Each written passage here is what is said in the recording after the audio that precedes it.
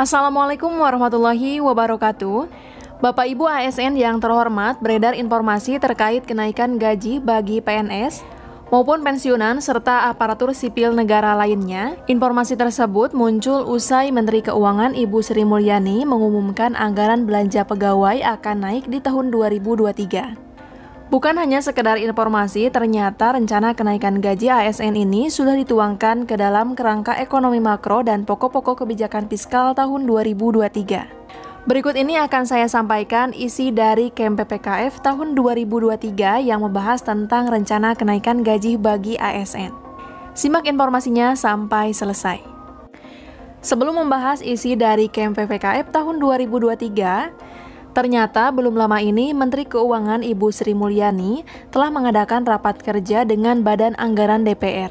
Seperti yang dikutip dari media online Tribun, terkait berita kenaikan gaji PNS tahun 2023 berhembus setelah Menteri Keuangan Sri Mulyani mengatakan ada kenaikan anggaran belanja pegawai di tahun 2023 yang jumlahnya lebih besar dari tahun 2022. Menurut Sri Mulyani, belanja barang pada tahun 2023 dipatok seharga 62,2 triliun atau jika dihitung naik 7,7% jika dibandingkan tahun 2022. Bukan hanya itu, anggaran tahun depan kabarnya juga akan lebih besar jika dibandingkan dengan anggaran tahun 2021 yang sebesar 52 triliun. Begitupun dengan anggaran belanja pegawai pada tahun 2023, di mana akan ditargetkan sebesar 257,2 triliun atau naik sekitar 3,3% jika dibandingkan tahun ini yang mencapai 249,1 triliun. Selanjutnya, ini adalah isi dari KEM PPKF atau Kerangka Ekonomi Makro dan Pokok-pokok Kebijakan Fiskal tahun 2023. Yang mana asal mula munculnya informasi terkait kenaikan gaji bagi ASN di tahun depan, yaitu bersumber dari sini. KEM PPKF ini sudah bisa Bapak Ibu download di website resmi Kementerian Keuangan. Selanjutnya, yang menginformasikan rencana kenaikan gaji bagi ASN serta belanja pegawai yaitu terdapat pada halaman 153. Yang menjelaskan belanja pegawai merupakan instrumen penting untuk mendukung peningkatan produktivitas ASN dan melaksanakan tugas fungsi pelayanan publik yang tangkas dan inovatif. Pemerintah berkomitmen meningkatkan kualitas implementasi reformasi birokrasi agar lebih efisien, meningkatkan kapasitas birokrasi yang efisien. Oleh karena itu, pengelolaan belanja pegawai akan terus ditingkatkan untuk mendukung terwujudnya pengelolaan pemerintah yang prima serta aparatur negara yang profesional, berintegritas, dan produktif. Berbicara mengenai belanja pegawai, tentunya hal tersebut berkaitan dengan gaji dan tunjangan. Di sini terdapat grafik perkembangan belanja pegawai yang dimulai dari tahun 2017 sampai dengan tahun 2022. Grafik ini menjelaskan belanja pegawai selama periode tahun 2017 sampai tahun 2021 secara rata-rata berada di kisaran 2,36% PDB. Alokasi belanja pegawai pada tahun 2022 mencapai 426,5 triliun atau sekitar 2,36% PDB. Itu artinya lebih tinggi dari rata-rata pada tahun 2017 sampai tahun 2021.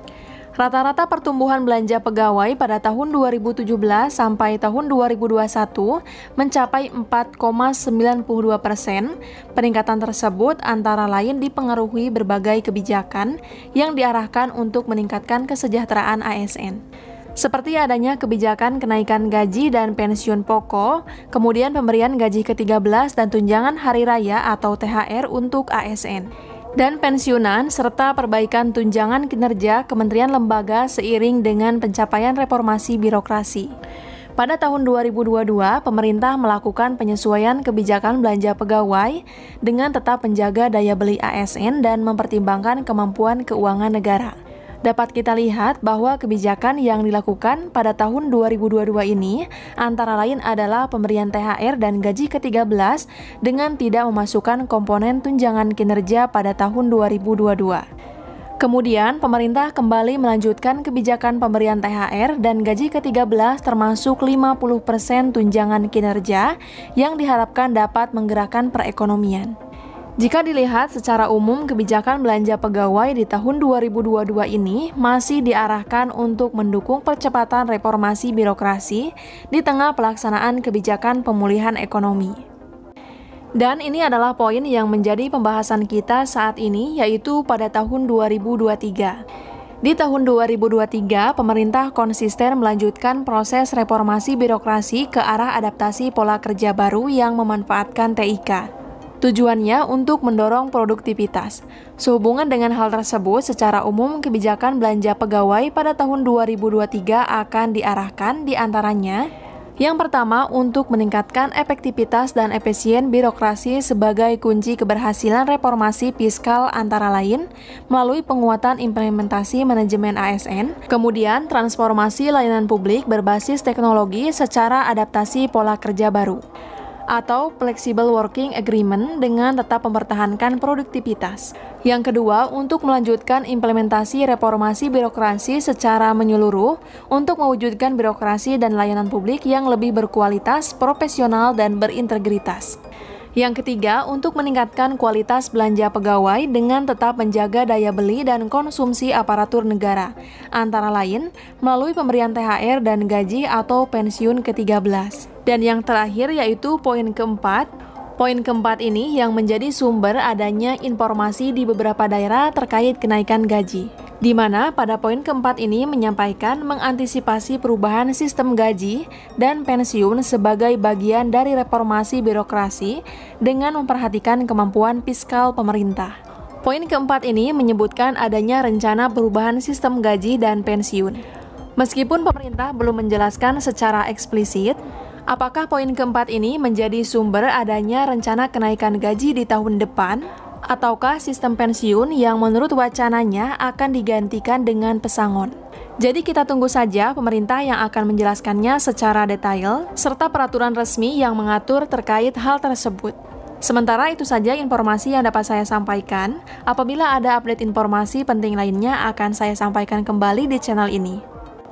Jadi, jangan lupa untuk mengklik tombol subscribe dan nyalakan tombol loncengnya agar mendapatkan notifikasi setiap saya mengupdate informasi.